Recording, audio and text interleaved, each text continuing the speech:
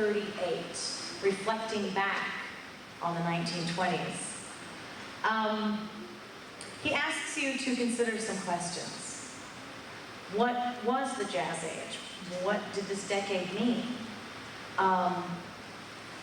He's the author of a monumental trilogy, the USA trilogy. Is there anybody who's read it? No? Well, I've read the first third of it, and I highly recommend it myself. Absolutely fantastic. He wrote the monumental trilogy, the USA, and he saw the decade of the 1920s as part of a larger story, as part of a tumultuous and ongoing struggle between the forces of labor and capital. He was a conservative in the deepest sense, and he really, he presented a dark and brooding visions of machines dominating society, of the frantic search for wealth eclipsing the old moral code. And through his writings, he sought to call America back from its blind addiction to capitalism. During the 1920s and 30s, he embraced the ideologies of the little guy against big business, which he regarded as the greatest threat to America at the time. And in later decades, he came to believe that big government and big labor were even bigger threats. So as I said, tonight he joins us in the year 1938. The USA Trilogy has just been published. It's received rave reviews. Time magazine has featured John dos Passos on its cover, and Jean-Paul Sartre, the famous French writer, has acclaimed, or called him rather, the greatest writer of our time. So please join me in welcoming this literary giant, John dos Passos.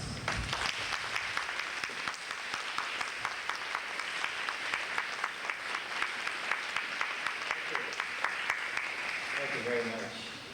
It's a pleasure to be here, and I think my message tonight fits precisely with the weather, stormy. So we're going to have a good time here. But before I start giving you my message, could we have another round of applause for John Aaron? That man is fantastic.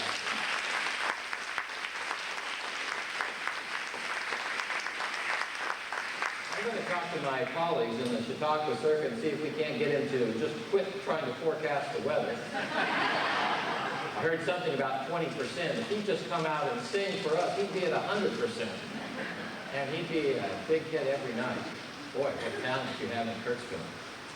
I was at the local library today and I saw that you have a great tradition of Chautauqua. The first Chautauqua here in 1905 featured such important people as William Jennings Bryan, Robert LaFollette, who happens to be in my book, USA, and you had crowds of 5,000 to 10,000 people. Now, it must be the weather. But I'm not sure. I see that they didn't bring out 5,000 chairs. Maybe it's John dos Passos. I asked her not to ask who's read the book, because so few hands go up, and it makes me start. She's shaking her head. You didn't ask that. No, you told me that. I'm making it up. Oh, okay. Just cool. So few people have read the book. In fact, when I was at the library today, I looked to see if the library had a copy. No. But then I brightened up. I remembered Mark Twain saying that it's always better if the library doesn't have a copy of your book, because then if people want it, they'll have to buy it. Now, I think Mark Twain was right about that, probably other things as well. No, Kirksville is a wonderful place. We have had a really wonderful week here. From the very beginning, Monday night when you helped us put up the tent, Tuesday night, Amy Simple McPherson saved all of your souls and made the rest of the week much easier. Wednesday night, you could hardly stop tapping your toes to Harry Reeser. What a wonderful banjo player. Well, no, Wednesday night was Willa Cather, I'm sorry. Thursday night was Harry Reeser. Willa gave you that wonderful sense of what it means to be growing up in a pioneer area. What a marvelous author she is. I really do respect her. Thursday night was Harry Reeser. Friday night, you got a taste of some deep down cynicism. I watched the way you responded there. You were a little testy with Mr. Minkin. I'm going to try not to make the same mistakes that he made.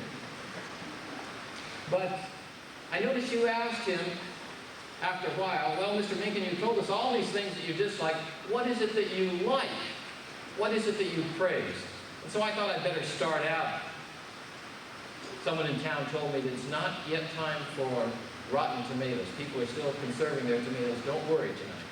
But I thought I should start out on the good side anyway and tell you what I praise. I praise America. And I praise the average American. And I praise our freedom. Those are things that are dear to me. But in the years that have passed, in the last 3 decades, it seems to me that all of those things have come under great threat. And in the writing of USA, I tried to identify that threat and make it real to people. Now, you might ask yourself, now what is a novelist doing trying to explain the past? Isn't that the job of historians? Well, I think that before you are a novelist today, you must be a good citizen. And to be a good citizen means you have to ask those questions about where is our freedom? How do we keep it? What are the dangers that we face? All of those things I think are important these days to being a good novelist. And so I've said to people, I see my job as being, well, sort of like a truffle dog for historians. That is, I go out in the woods and I find the events that I think are really key, critical to our decades, and try to mold those using the words of the times, mold those into experiences that people will remember and help to mold the ideas of the next generation.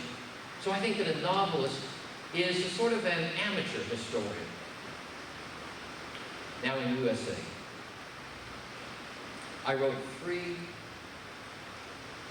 main novels: The 42nd Parallel, 1919, and The Big Money. And in these 3 novels, combined in the one trilogy, USA, I used 4 different literary techniques to try to create a kaleidoscope of America, to try to get the story of people in the Middle West, and people in the Far West, people in the East, geographically everywhere, and people of all different classes of society as well. I tried to make America come to life. These 4 literary techniques that I used were, first of all, I followed the lives of 12 fictional characters between the years 1900 and 1930. So there's a fictional side. I interspersed these with 26 brief biographies of important people from the period 1900 to 1930. People like Robert La Follette, who was here in 1905, governor of Wisconsin. And then I had a section, or a series of sections called newsreels, which had newsreels, headlines, pieces of songs from the time, something to give you a cultural flavor for what the time was like. And finally, the 4th literary technique was a kind of poetic description of my own life, my own autobiography. And as you read through USA, you find my life coming closer and closer and intermeshing with that of the rest of America, until some of the things that I experienced are right at the center of what is important to America as well. But who am I? Those of you who went to the library and couldn't find my book are probably still asking. Actually, I thought Karen gave a very good introduction, but there are certain things that she didn't say, and sometimes I'm hesitant to say, but tonight I will tell you those things. I was not born John dos Passos. I was born John Rodrigo Madison. My father was John dos Passos, but my father and my mother were not married to each other. They were married to different people. Both of them were in marriages of some difficulty, and they found happiness in each other. But because they were not married, my mother took me to Europe to raise me. And I spent much of my life in what was known as a hotel childhood, moving from place to place, being tutored by my mother. My first language, really, was not English, it was French.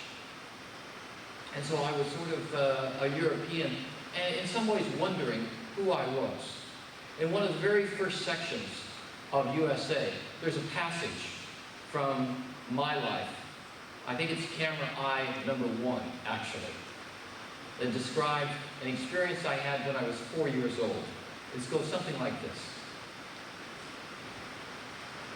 My mother and I were in the Low Countries, in Belgium, walking along a little cobblestone street. And I remember that as she was holding my hand, I was looking at all of the blades of grass that were growing up among the cobblestones, how beautiful they were and how dark green they were. And all of a sudden she started tugging me. And I didn't know what was happening. And then I looked around, I saw people were throwing rocks at us. Why? And my mother, she turned around too and she started yelling at them. We're not English, we're American.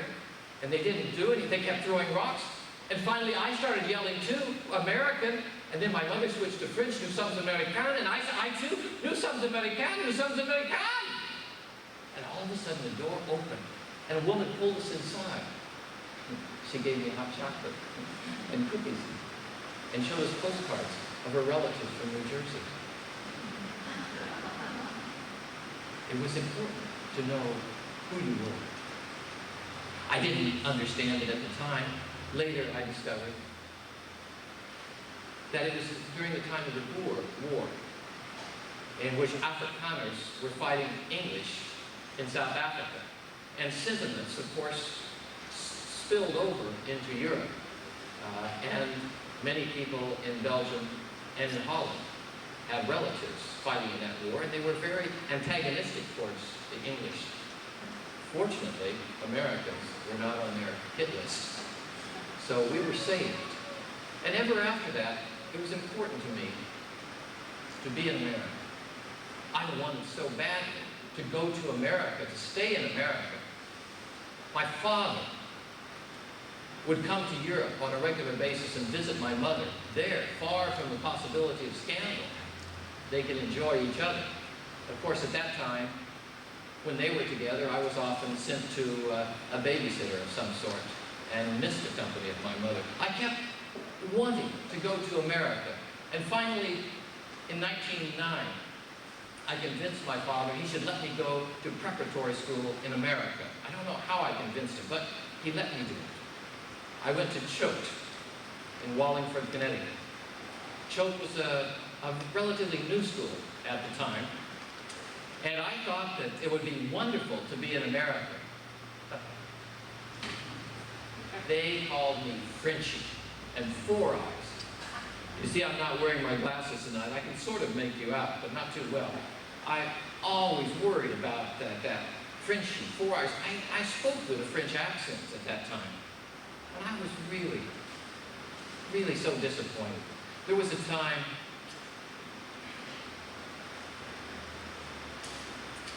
I was writing in my journal, April 9th, 1911. I'd been at Choate for 2 years. Did not go down to church this morning, but had a service in the Red Parlor. Mr. St. John, who's the headmaster, gave a very inspiring talk on being better than those about you, and on being a sort of fellow that changes the condition of affairs. I so wish I could be a fellow like that. It's terrible to be in a school, to be anywhere where no one respects you. I do not know why it is, but no one ever treats me as if I were one of them. Everyone is nice to me, but that is all. I have no friends. There's no one that cares a rap about me. No one ever seems to speak to me unless it's necessary. No one ever comes into my room to talk to me. Is it because I'm younger than most of the fellows I'm with that they neither respect me, like me, dislike me, hate me? I should rather be hated by everyone in the school than looked upon as a non-entity. I did not care what misery I go through if I could only in the future be great. Be the greatest man that ever lived. Be such a man that they will all treasure the remembrance of me and say with pride, I went to school with John R. dos Passos. If I ever get to use that name. 15 years old and still,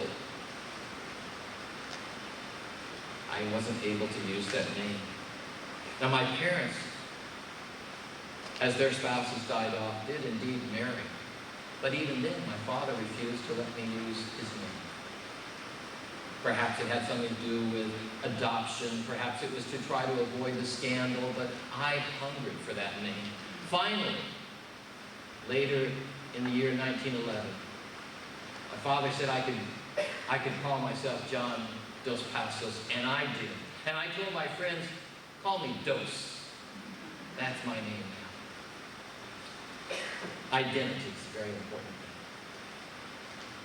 After Choate, I spent a year traveling in Europe and then went to Harvard. And Harvard, it turned out, was a lot like Choate. A lot of very wealthy people with their own ideas and ambitions, and somehow I didn't feel like I really fit in at Harvard either. Oh, I studied hard, I read a lot, I was writing for the Harvard Monthly, the journalism magazine, but it was still something not there. Still wondering, what is this America that I'm trying to be a part of? Why don't I fit in?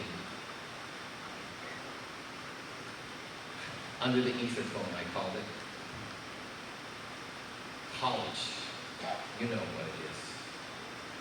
College is a time when you study things that don't seem very real to you. And I was eager to find out what the real world was like. 1916, the year I graduated, was also the year that Woodrow Wilson ran for re-election, saying he would make sure that he would keep our boys out of that European war. I wanted to see what war was all about. I still had that same romantic notion of so many people of my generation that war was the great adventure. War was the place where you found all the exciting things that were going on, a little bit of adrenaline running through your blood. Oh, it must be wonderful.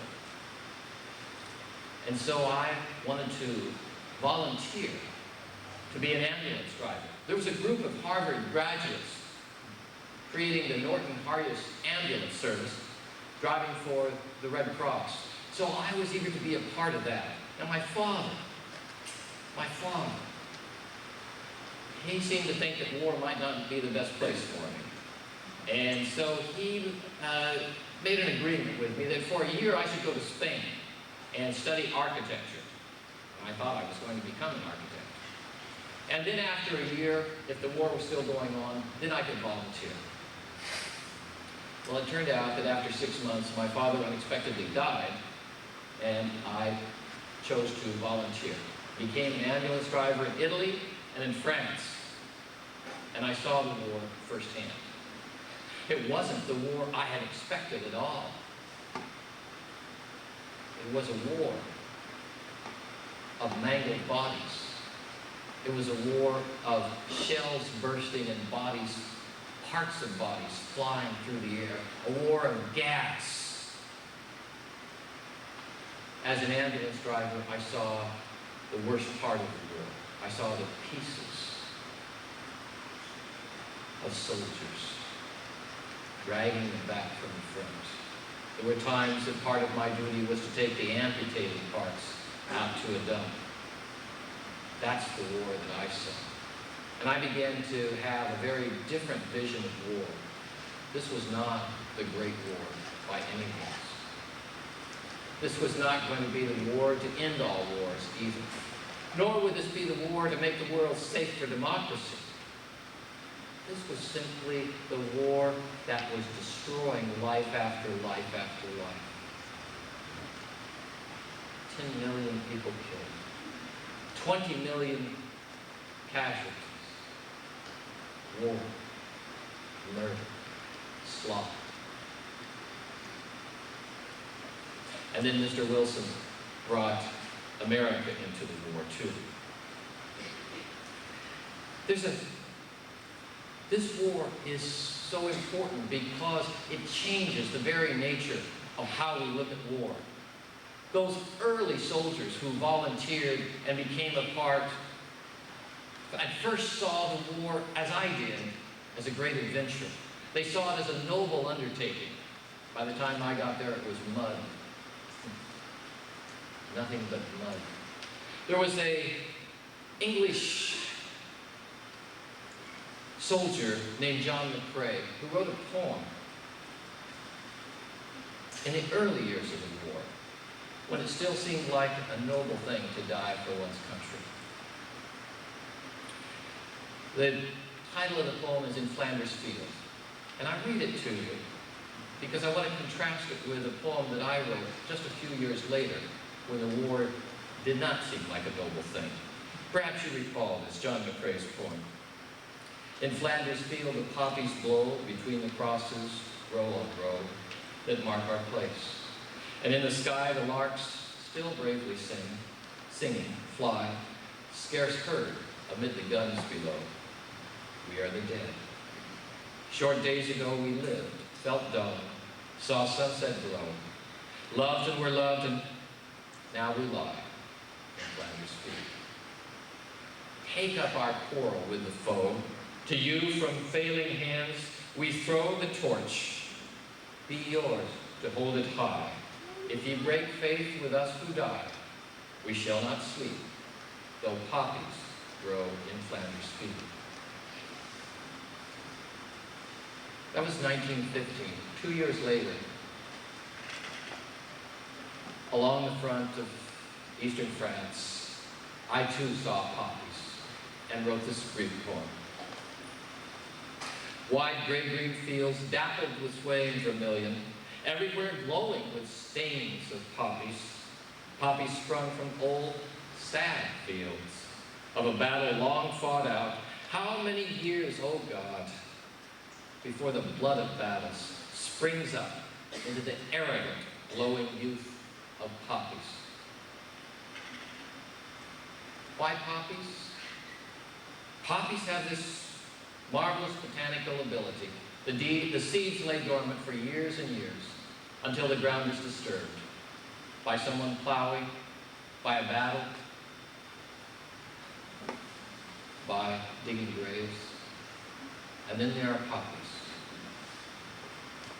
And because of John McCrae's poem, poppies became associated with war, forever after, a symbol of war and sacrifice.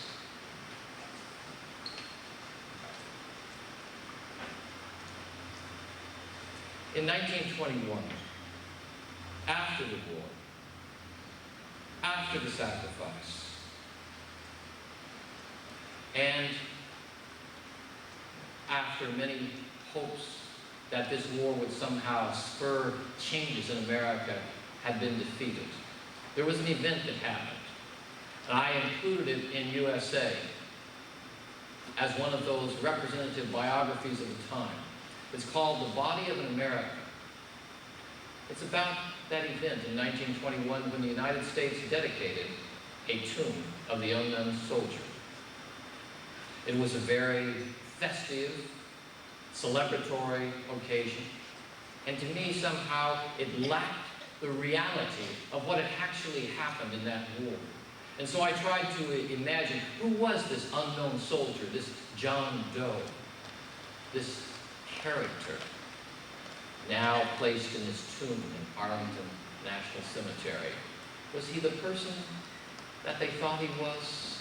Who is this average American who goes off to fight a war and comes back in pieces? John Doe. My piece in USA starts with the congressional dedication. It goes like this. And in writing it, I put all the words together, just threw them all together with no spaces in between, to try to give a sense that some meaning was missing in this. Whereas the Congress of the United States, by a concurrent resolution adopted on the 4th day of March last, authorized the Secretary of War to cause to be brought to the United States the body of an American who was a member of the American Expeditionary Force in Europe, who lost his life during the World War and whose identity has not been established, for burial in the Memorial Amphitheater of the National Cemetery at Arlington, Virginia.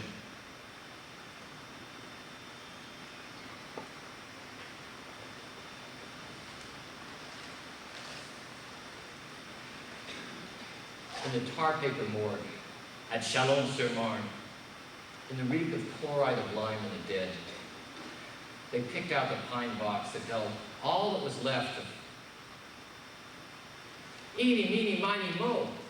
Plenty other pine boxes up there containing what was they'd scraped up of Richard Roe and John Doe and other person or persons unknown.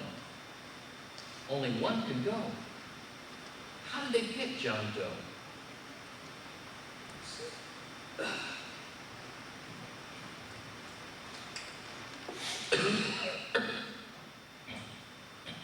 What's that, Captain? What?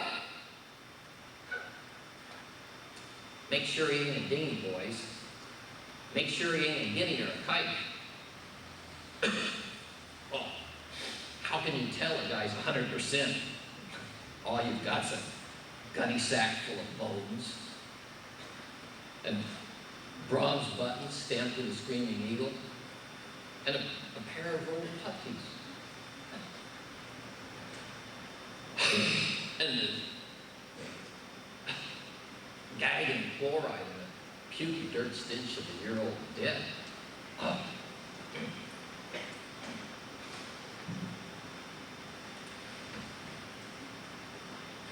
Back in Washington, 1921, the newspapers reported, "The day withal was too meaningful and tragic for applause. Silence, tears, songs and prayers, muffled drums and soft music were the instrumentalities today of national approbation."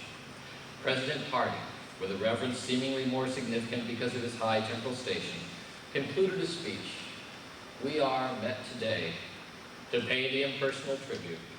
The name of him whose body lies before us took flight with his imperishable soul.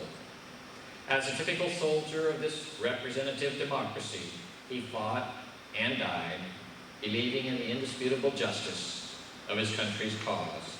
Please join me in prayer. Our Father, which art in heaven, hallowed be thy name.